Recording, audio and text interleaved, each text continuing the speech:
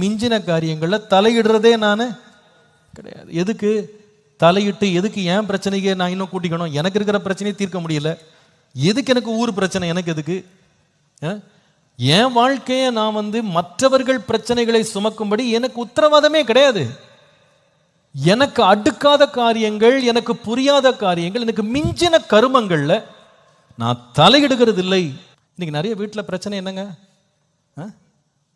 உங்க குடும்பத்தை நீங்க பார்த்துட்டு போயிட்டீங்கன்னா பிரச்சனையே கிடையாது.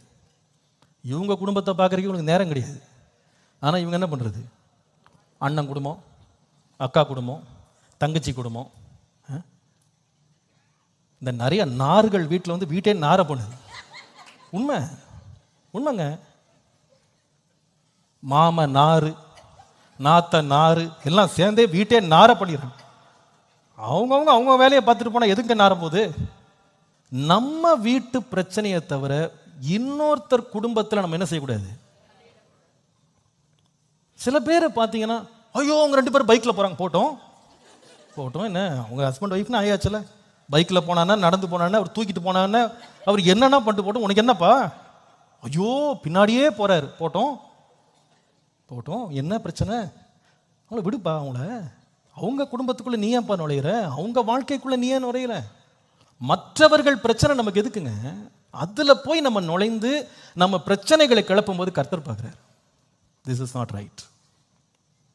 உனக்கு அடுக்காத பிரச்சனை இது, உனக்கு மிஞ்சின கர்மம், இதுல எதுப்பா இப்ப நீ கை வைக்கிற? வேண்டாம், செய்யாத. அவனவன் எந்தெந்த அழைப்புல இருக்கிறானோ அந்த அழைப்புல நின்றுக்கும். வேண்டாம். நான் சொல்லுவேன், நம்முடைய வாழ்க்கையில இது ரொம்ப நம்ம ஜாக்கிரதையா இருக்கணும். நம்ம தேவையில்லாத பிரச்சனைகளை நம்மேலும், நம்முடைய வீடுகள் மேலும், நம்முடைய பிள்ளைகள் மேலும் நம்ம தேவையில்லாமல் கொண்டு வர வேண்டிய அவசியம் இல்லை. என்னை பொறுத்த வரைக்கும் நம்ம வீடுகளில் மற்ற குடும்பங்களை பற்றி நம்ம பேசாமல் இருக்கிறதே நல்லது. வேண்டாங்க, வேண்டாம். அவங்க குடும்பம், ஒருவேளை ஒரு பிரச்சனையை நீங்கள் அந்த குடும்பத்தில் பார்த்துட்டீங்க அப்படின்னா, the best way to answer and respond என்னன்னு கேட்டால், நம்ம ஆலோசனை கேட்பாங்கன்னா கொடுக்கலாம், கேட்க மாட்டாங்கன்னு நமக்கே தெரியும், நம்மளை சட்டை போட மாட்டாங்கன்னு தெரியும். அப்போ பேசாமல் செய்ய வேண்டிய ஒரு நல்ல வேலை என்னன்னா, ஜெபம் பண்ணா போதும். சில பிரச்சனைகளுக்கு உங்க ஜெபம் தேவையே இல்லை. ஏன்னா அங்க பிரச்சனையே இல்லை. உங்களுக்காக ஜெபம் பண்ணுங்க. இப்படி பைத்தியமா அலைகிறேனே ஆண்டவரே, பித்து பிடிச்சி அலைகிறேனே, என் வயிற்றெரிச்சலை குணமாக்கும், இந்த மாதிரி நோய் என்ன பிடிச்சிருக்கு, இந்த நோயிலேருந்து என்ன குணமாக்கும் ஆண்டவரே, பார்த்து எரியிறேனே, இன்னொருத்தன் குடும்பத்தை பார்த்தே எரிஞ்சுக்கிட்டு இருக்கேனே, என்ன குணமாக்கும்னு கேளுங்க, எல்லாம் சரியா போயிடும். உண்மைங்க.